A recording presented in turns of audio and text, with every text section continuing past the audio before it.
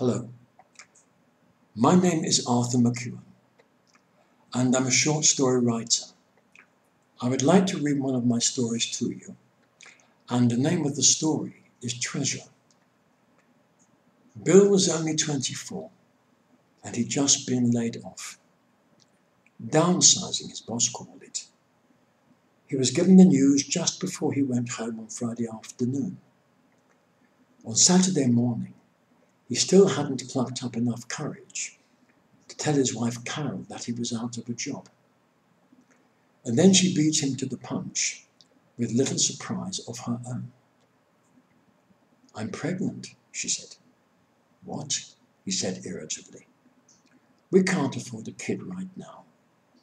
I've been laid off." Carol glared at him. "And when were you going to tell me about that?" "I only found out yesterday, didn't I? And now this, with all the rotten luck." "Don't you even want to know if it's a boy or a girl?" Carol said. Bill didn't answer. "The doctor says it's a girl, and I'm keeping it," she said. "Do you hear?" Bill ignored her and wandered out onto the balcony. The view from there was the only good thing about living in a tower block. Their flat was on the top floor, and on a clear day, you could see right across the city to the huge old cathedral overlooking the port. It was where he always went when he needed to think. But thinking needs peace and quiet, and there was precious little of that in Waterford Towers on a Saturday. The tearaway next door had the radio on full blast, and the couple in the flat beneath them had already begun the usual marathon all-weekend-long fight. Down in the street, a group of teenagers were throwing empty beer bottles at passing cars and yelling insults at the drivers. In the playground directly below the flat, a little girl played peekaboo with an elderly man sporting a Pancho Villa moustache and a large cloth cap. The wind carried the child's excited shrieks and squeals of laughter all the way up to where Bill stood. He had seen the man and little girl before. They were foreigners. Not that he had anything against foreigners. They were just foreign, that's all. The family lived in a council house across from the tower block. Carol, who always had the latest gossip, said they were Turkish. He sometimes saw them on his way back from work. Usually it was just the man and his veiled wife, but sometimes they were accompanied by several brightly dressed young women. Occasionally the little girl was with them. Bill thought she must be the old man's granddaughter. She looked about 3 years old, and the old man always held her hand in a firm grip.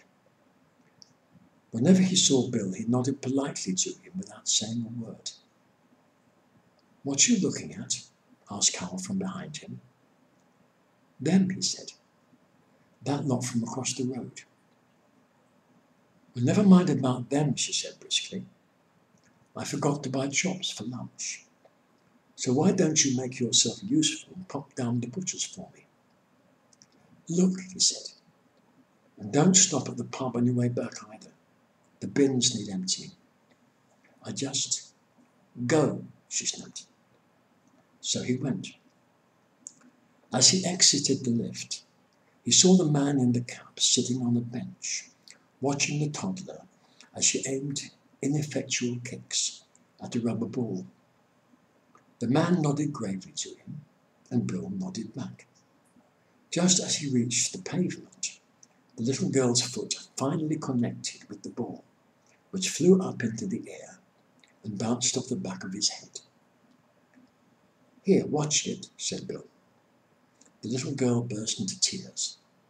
"Wait a minute, I didn't mean..." "It's all right, sir, it's all right," the man said. He picked the child up, and she buried her face in his shoulder. Bill realized he was younger than he thought, probably somewhere in his mid-50s. A sudden surprising idea struck him. Yours, is she? The not-so-old man smiled. She is my treasure, he said. Then he nodded slowly to himself. And she is the last. For once, Bill didn't stop at the pub. He bought the chops and some flowers and hurried back home. The lift got stuck on the 10th floor, and he had to walk the rest. On his way up, he met some shaven-headed teenage boys who laughed and jeered when they saw the flowers. He was quite out of breath when he reached his front door. He went inside and flopped down on the sofa with a groan. "You're fat," said Carol. "Not as fat as you're going to be." She waved a little book at him.